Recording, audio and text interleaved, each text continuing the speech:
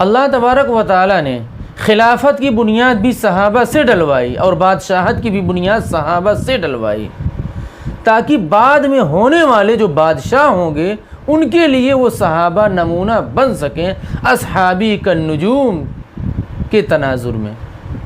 نبی علیہ السلام نے فرمایا الخلافۃ فی امتی 30 سنہ ثم ملک بعد ذلک، خلافت میری امت میں 30 سال ہوگی اور پھر اس کے بعد ملوکیت کا دور شروع ہوگا۔ تکوینی نظام کے اندر خلافت 30 سال پر مکمل ہو گئی تھی، 29.5 سال حضرت علی تک اور اس کے بعد 6 مہینے حضرت حسن تک۔ پھر نبی علیہ السلام نے فرمایا ثم یکون ملکا و رحمہ، پھر اس کے بعد رحمت والی بادشاہت ہوگی۔ حضرت امیر معاویہ کا جو دور ہے اگر آپ اس کو پڑھیں گے نا بہت زیادہ پرسکون دور گزرا ہے، تمام بغاوتیں زیر زمین ہو گئی تھیں۔ پھر رحمت والی بادشاہت ہوگی، یعنی اس خلافت کے بعد رحمت والی بادشاہت ہوگی۔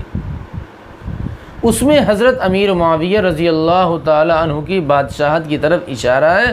پھر نبی نے فرمایا اس کے بعد کتوں کی طرح کاٹ کھانے والے لوگ ہوں گے، جو غالب ہوگا سب کو لے بڑھے گا۔ صحابہ میں رحمت والی بادشاہت کا ہونا بھی ضروری تھا اور خلافت بھی ضروری تھا۔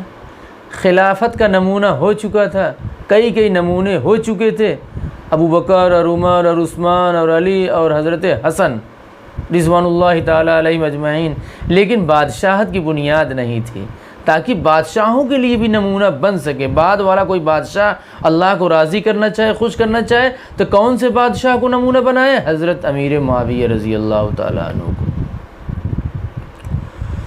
بادشاہت کے لیے مثال بن سکیں۔ خلیفہ صحابہ ہو ہی چکے تھے، بادشاہت باقی تھی، اللہ تبارک و تعالیٰ نے اس کا بھی نمونہ حضرت امیر معاویہ کی شکل میں امت کو دے دیا کہ اگر کوئی بادشاہ بننا چاہے تو یقیناً وہ ابو بکر عمر عثمان اور علی کی طرح نہیں ہو پائے گا، کم سے کم حضرت امیر معاویہ کی طرح ہو جائے گا۔ خلافت کے تو 5 نمونے تھے، ابو بکر اور عمر اور عثمان اور علی اور حضرت حسن، بادشاہت کا کوئی نمونہ نہیں تھا، اس لیے اللہ پاک نے حضرت امیر معاویہ کو بادشاہ بنایا۔ یعنی خلافت کی ابتدا بھی صحابہ سے کرائی، بادشاہت کی بھی شروعات صحابہ سے کرائی۔ خلیفہ مامون رشید کا واقعہ ہے، اس نے کہا بھائی اچھا یہ بتاؤ ابو بکر حکومت کیسے کرتے تھے رضی اللہ، تو لوگوں نے کہا اس طرح، بھائی یہ تو مجھ سے نہیں ہو سکتا۔ حضرت عمر حکومت کیسے کرتے تھے، خلافت کیسے کرتے تھے؟ اس طرح، اتنا اونچے تقوی کے ساتھ۔ ارے بھائی یہ تو مجھ سے نہیں ہو سکتا۔ حضرت عثمان کیسے کرتے تھے؟ یہ بھی نہیں ہو سکتا۔ حضرت علی کیسے کرتے تھے؟ یہ بھی نہیں ہو سکتا۔ کسی نے کہا حضرت امیر معاویہ اس طرح کرتے تھے، اچھا یہ تو ہو سکتا ہے۔ تو بس دیکھیے نمونہ بنے کہ نہیں بنے؟ نمونہ بن گئے۔ اور پھر ایسے خاندان کے اندر اللہ پاک نے بادشاہت کی بنیاد ڈلوائی کہ بس آپ سمجھ لیجئے بنو ہاشم کے بعد شرافت میں دوسرے نمبر پر بنو امیہ آتا تھا۔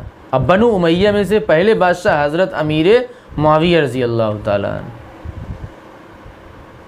جو بس آپ سمجھ لیجیے خاندان نبی کے بعد سب سے اونچا خاندان بنو امیہ تھا اس وقت، جو سمجھا جاتا تھا شرافت میں۔ اللہ تعالیٰ نے بھی بادشاہ کو، اللہ نے ایسے شخص کو بادشاہ بنایا جس کے پاس 18-19 سال کا زبردست تجربہ تھا۔ کیسے؟ حضرت عمر نے یزید بن ابی سفیان کو گورنر بنایا، حضرت امیر معاویہ کے بھائی تھے، یہ سوتیلے بھائی تھے۔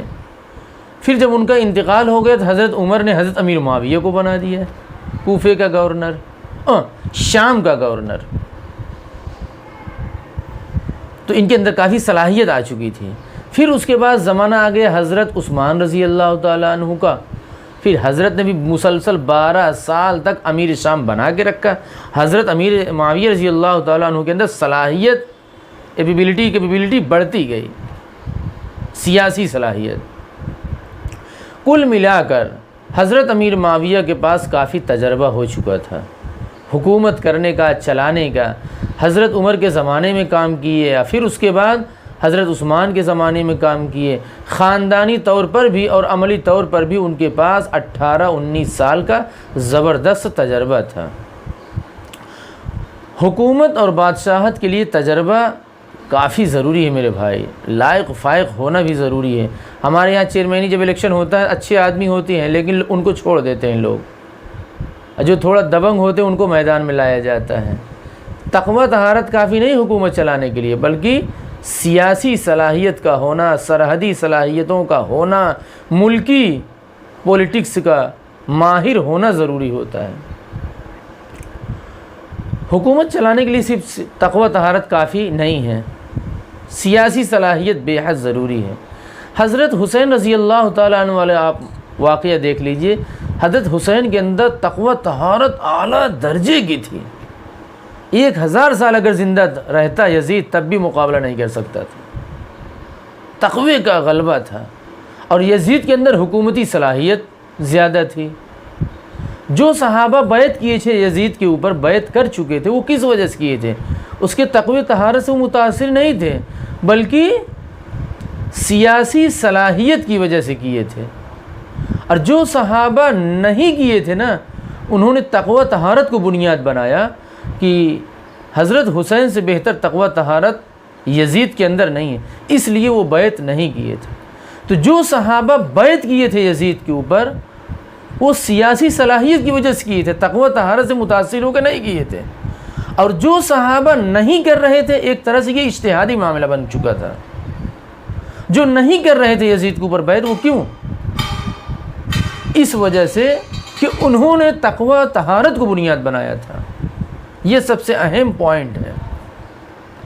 اب یہ اجتہادی معاملہ ہو گیا، کچھ صحابہ کرام کا رخ حضرت حسین کی طرف، اور کچھ صحابہ کرام کا رخ یزید کی طرف، اجتہادی معاملہ ہو چکا تھا۔